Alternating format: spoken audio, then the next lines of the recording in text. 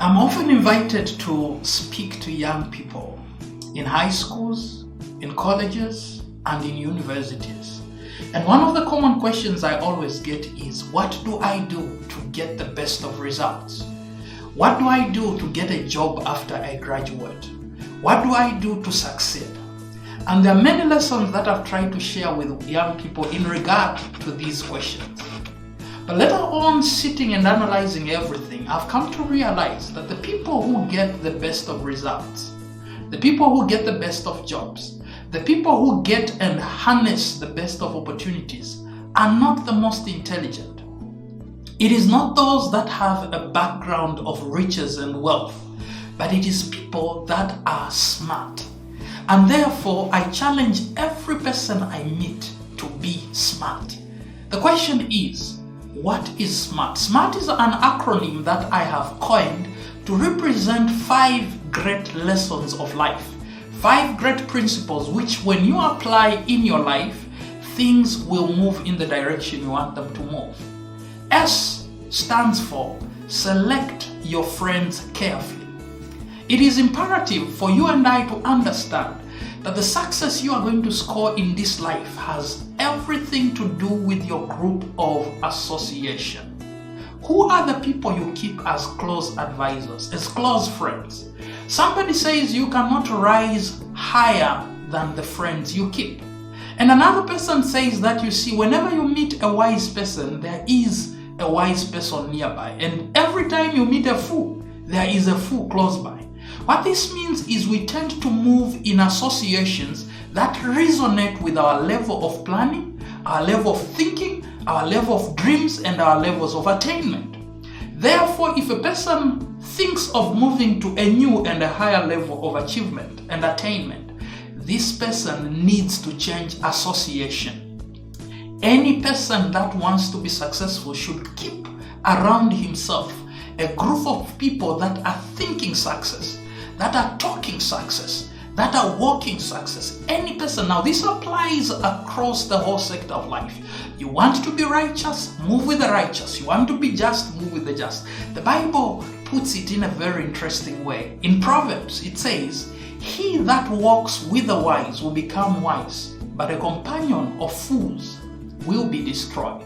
Therefore, lesson number 1 from SMART is select your friends wisely, because opportunities lie in association. Achievement lies in association.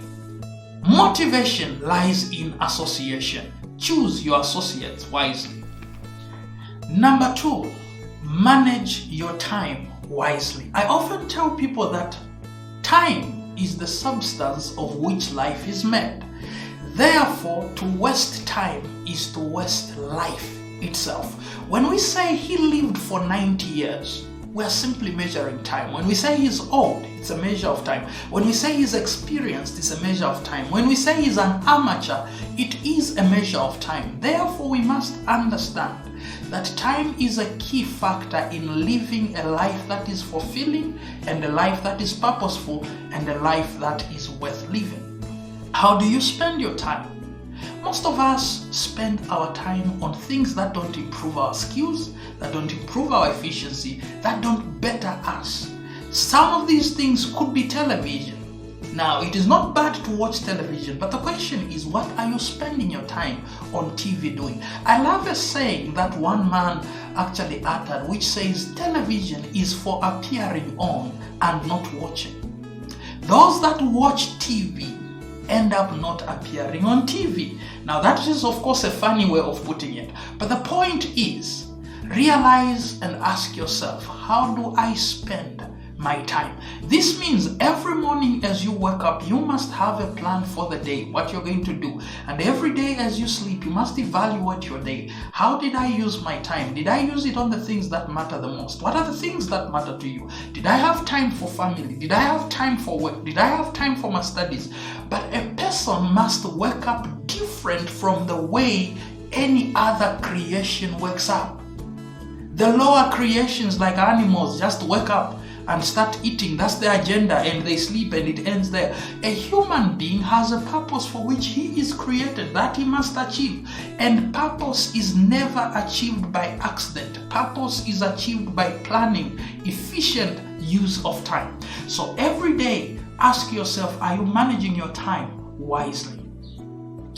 Number 3 is A, which is attend to important things first.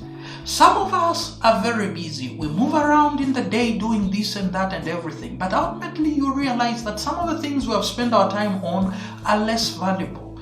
We need to learn. Any person who hopes to get to the top must learn the art of prioritizing. Ask yourself, what is it that is urgent?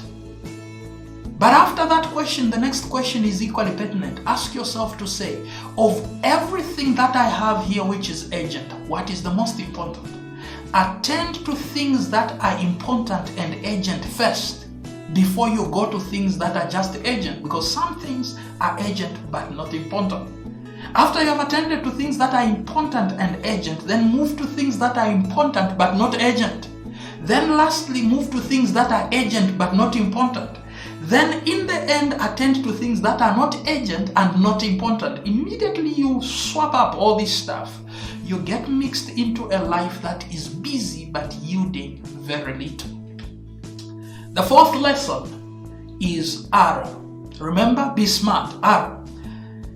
Respect yourself and others.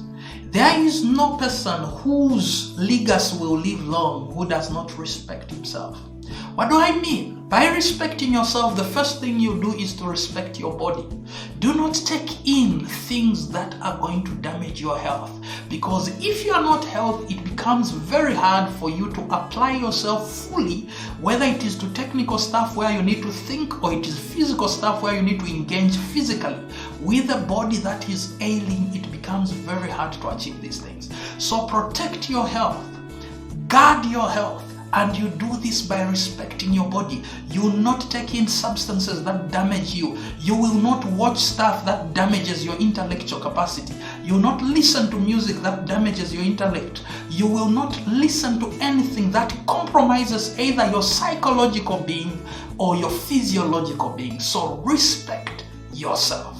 Then respect others. This goes to interpersonal relationships. You see, man is an interdependent organism. It means man has to depend on the help that comes from other people. It is true that you can go and do great things in this life alone, but you will do greater things if other people will come on board to support you. And people will only support you to the extent that you respect them. So how do you speak to people? How do you respond to them? How do you make them feel when they are in your presence? This goes to what you say about people, even behind their back. What you write on people's timelines, what you comment on Facebook, what you send in WhatsApp. All this has a way of coming back to you. Don't think it is just somebody's timeline and you can comment. It has a way of coming back to you. So respect others.